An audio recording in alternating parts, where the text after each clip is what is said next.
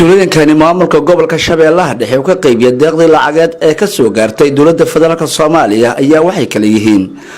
tuulada Mandheere iyo tuulada Daymasame oo hoosma degmada Jowhar waxaana deeqdaasi lacageed oo loo qaybshay ka faa'iideystay qoysas tiradoodu gaaraysa 500 oo qoys oo ku nool tuulooyinkaasi waxaana saameyn aad u xun ku yeeshay dadka tuulooyinkaasi ku nool fatahaadaha webiga Shabeelle iyo sidoo kale roobabka daay deegaanadaasi oo sababay inay ka barakacaan deegaanadoodii iyo sidoo kale dalagyada beerahooda ka soo go'i lahaa ay agta marsiyaan goobta deeqdaasi lacageed lagu qaybinayay ayaa waxa goobjoog ka ahaa xubno ka tirsan guddiga qaran ee gurmadka fatahaadaha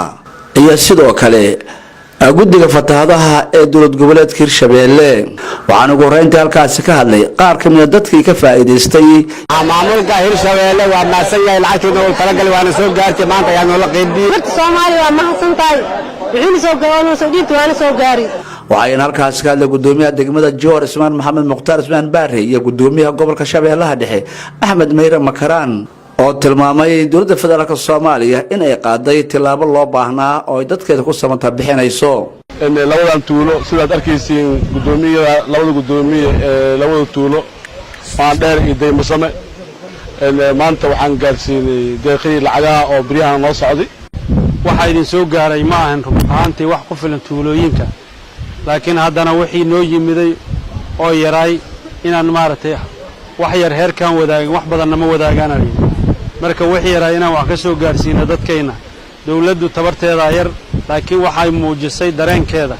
waxa ugu dambeyntii goobta ka hadlay xildhibaan Maxamed Cumar Aymoy oo hogaaminaya guddigii qaran ee gurmadka fatahaadaha lacagta soo gaarsiiyay gobolka Shabeellaha Dhexe waxaan waa wax bilow ah oo idin soo gaaray wixii kala dhiman Allah subhanahu wa ta'ala ka bileena dad la mookiya ma ahin dawladda federaalka waxaan hadda gurmadkan wixii kala adduunyada iyo hay'adaha kale wixii ka iman doona iyo dawladda laftigeeda waa wada sugeynaa haddii Allah wada ogolaado Ilaahay tawfiiq dhinaca kale maamulka gobolka Shabeellaha Dhexe ayaa ku wareejiyay gudoomiyaasha degmooyinka Balcad iyo Mahaday deeqdii lacageed ee loogu talagalay waxaana degmada Balcad ay la wareegtay $30,000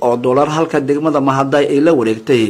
$50,000 gudoomiyaha degmada Mahaday Axmed Xuseen Afrax iyo gudoomiyaha degmada Balcad Qaasim Cali Nuur ayaa ballan qaaday deeqdaas lacageed ee ka timid dowladda federaalka Soomaaliya in ay gaarsiin doonaan dadkii loogu talagalay wakiilka ka nahay